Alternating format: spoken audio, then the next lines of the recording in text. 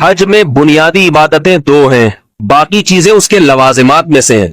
حج کے جو بنیادی دو ارکان ہیں، ایک ہے وقوف عرفہ، 9 ذی الحجہ کو عرفہ کے میدان میں کھڑے ہو جانا، قیام کرنا، اور دوسرا جس کے لیے بیت اللہ بنایا گیا وہ بقرعید کے 3 دنوں میں طواف زیارت۔ یہ وہ طواف ہے جس کے لیے حاجی سفر کرتا ہے۔ ایک تو طواف ہے آپ گئے، آپ نے بیت اللہ کی زیارت کی، طواف کرنا شروع کر دیا۔ یہ ایسے ہے جیسے تحیت المسجد، جب آپ مسجد میں آتے ہیں نا تو 2-4 رکعتیں پڑھ لیتے ہیں۔ اس سے فائدہ ہوتا ہے کہ امام اگر 1-8 منٹ لیٹ ہو جائے تو انسان آرام سے برداشت بھی کر لیتا ہے، ٹھیک ہے نا۔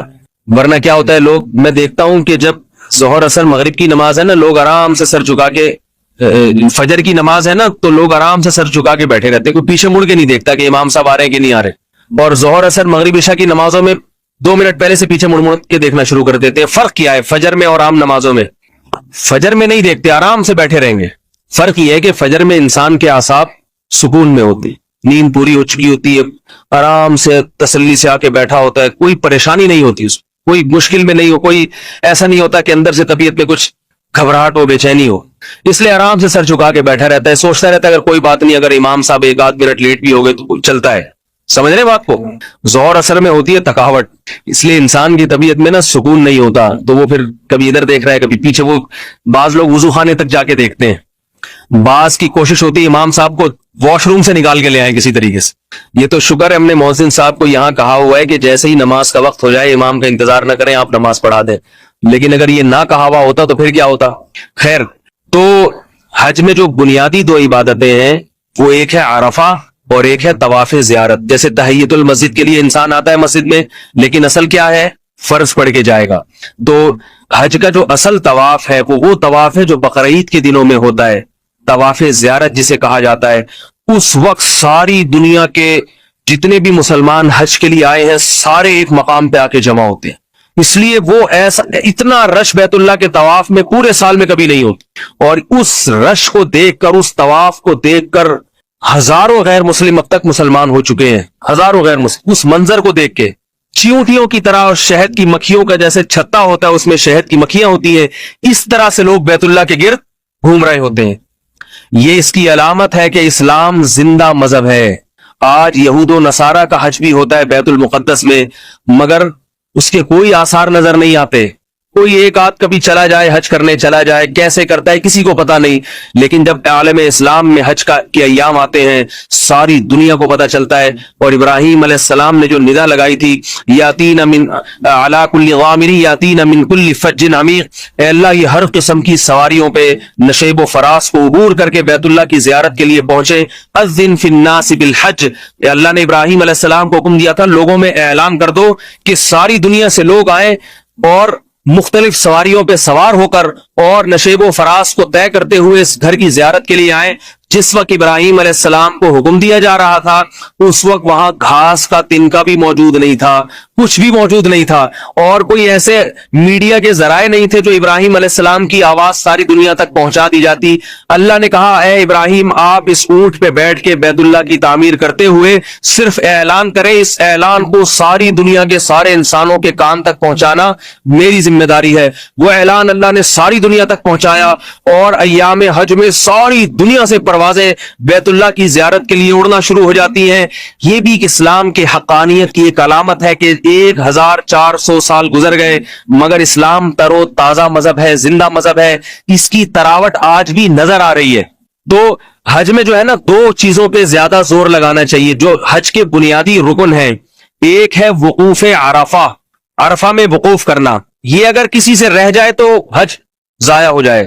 اور دوسرا ہے طواف زیارت، اور اس میں بھی طواف زیارت آسان ہے، کسی بھی وقت آپ کر لیں، رات میں کر لیں، دن میں کر لیں، اور طواف زیارت کی کوئی مخصوص عبادت نہیں ہے، بس بیت اللہ کے گرد 7 چکر لگانے ہیں۔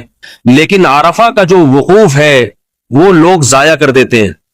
عرفہ کا دن زوال سے لے کے غروب آفتاب تک یہ دعا کا وقت ہے، دعا۔ اس میں سب سے بہترین عبادت کیا ہے میرے بھائی؟ بولو بھائی، دعا۔ اس میں جس طرح سے حاجی کو دعا مانگنی چاہیے وہ نہیں مانگتا۔ محرم سے لے کے ذی الحجہ تک کوئی دن ایسا نہیں ہے، کوئی رات ایسی نہیں ہے جس میں اتنی کثرت سے دعا کا حکم ہو جتنا میدان عرفہ میں دعا مانگنے کا حکم ہے۔ اور جو شخص اس وقت صحیح طریقے سے دعا مانگے گا، اور اس میں دعا کے آداب بھی عام دنوں سے بدل دیے گئے ہیں۔ عام دنوں میں حکم یہ ہے کہ آپ بیٹھ کے عاجزی انکساری کے ساتھ خوشبو لگا کے دعا کریں، جبکہ میدان عرفہ میں حکم یہ ہے جتنا دھوپ میں کھڑا ہو کر دعا کرے اتنی دعا کی قبولیت زیادہ ہو۔ یہاں کوئی شخص دھوپ میں چلا جائے دعا مانگنے، بدعت ہے۔ جب چھاؤں موجود ہے تو دھوپ میں کیوں کھڑا ہے وہی تو؟ یہاں کوئی میلا کچیلا ہو کے دعا مانگے، بدعت ہے بھائی۔ جب اللہ نے غسل کے لیے پانی اور خوشبو دی ہے تو کیوں صاف ستھرا ہو کے دعا نہیں مانگتا؟ لیکن میدان عرفہ میں حاجی کا میل کچیل، اس کے پراگندہ بال اور دھوپ میں کھڑے ہو کر اللہ کے سامنے گڑ گڑانا، اللہ کو یہ عمل حاجی کا بہت زیادہ محبوب ہے۔ اس لیے عرفہ کے دن خیموں سے باہر آ کے دھوپ میں بیٹھنے کے بجائے کھڑے ہو کر دعا مانگا کرو۔ ہم نے اپنے اکابر اور بزرگوں کو دیکھا ہے کئی گھنٹے عرفہ کے میدان میں کھڑے ہو کر دعا مانگتے ہیں اور سجدہ کرتے ہیں مٹی میں، اور مٹی میں ناک رگڑ کے دعا مانگتے ہیں۔ جب عرفہ کے میدان میں سجدے میں جاؤ تو رومال نہ بچھاؤ، اسی مٹی میں ناک رگڑو، کیونکہ اللہ تعالیٰ کو اس دن حاجی کی یہ دیوانگی ہی اللہ اس کی دیکھنا چاہتے ہیں۔ وہاں اپنی شخصیت اور اپنا گریڈ اور اپنی جو ہے نا پرسنالٹی، اس کو تھوڑی دیر کے لیے باہر رکھ دیا کرو، بلکہ حاجی کو چاہیے یہاں جانے سے پہلے اپنی شخصیت کو یہاں چھوڑ کے جائے۔ یہ نہ دیکھے میں 18 گریڈ کا ہوں، میں کیا ہوں، میں بریگیڈیئر ہوں، میں کیپٹن ہوں، میں اللہ کے گھر میں دیوانہ ہوں، دیوانہ بن کے جا رہا ہوں اللہ کو منانے کے لیے، اور وہاں جا کے دیوانگی کا اظہار کروں گا۔ حاجی کو اللہ لباس ایسا پہناتے ہیں، شروع میں لباس ایسا، اس کا سارا لباس اتروا دیا کہ اپنی شخصیت، اپنی پرسنالٹی اور اپنا سارا تکبر وہاں رکھ کر آؤ، یہ میرا گھر ہے، یہاں تمہیں فقیر اور گداگر اور مسکین بن کے آنا پڑے گا۔ اپنا فقر و فاقہ اور اپنی گداگری دکھاؤ گے تو تمہاری سنوں گا، اور اپنی شخصیت اور اپنی پرسنالٹی دکھاؤ گے تو میں تمہاری نہیں سنوں گا یہاں پہ۔ تو میدان عرفہ میں مٹی میں سجدہ کرنا چاہیے حاجی کو، مٹی میں ناک رگڑے اپنی مٹی میں۔ اور یاد رکھو دعاؤں کی 2 قسمیں ہیں، ایک اجتماعی اور ایک انفرادی۔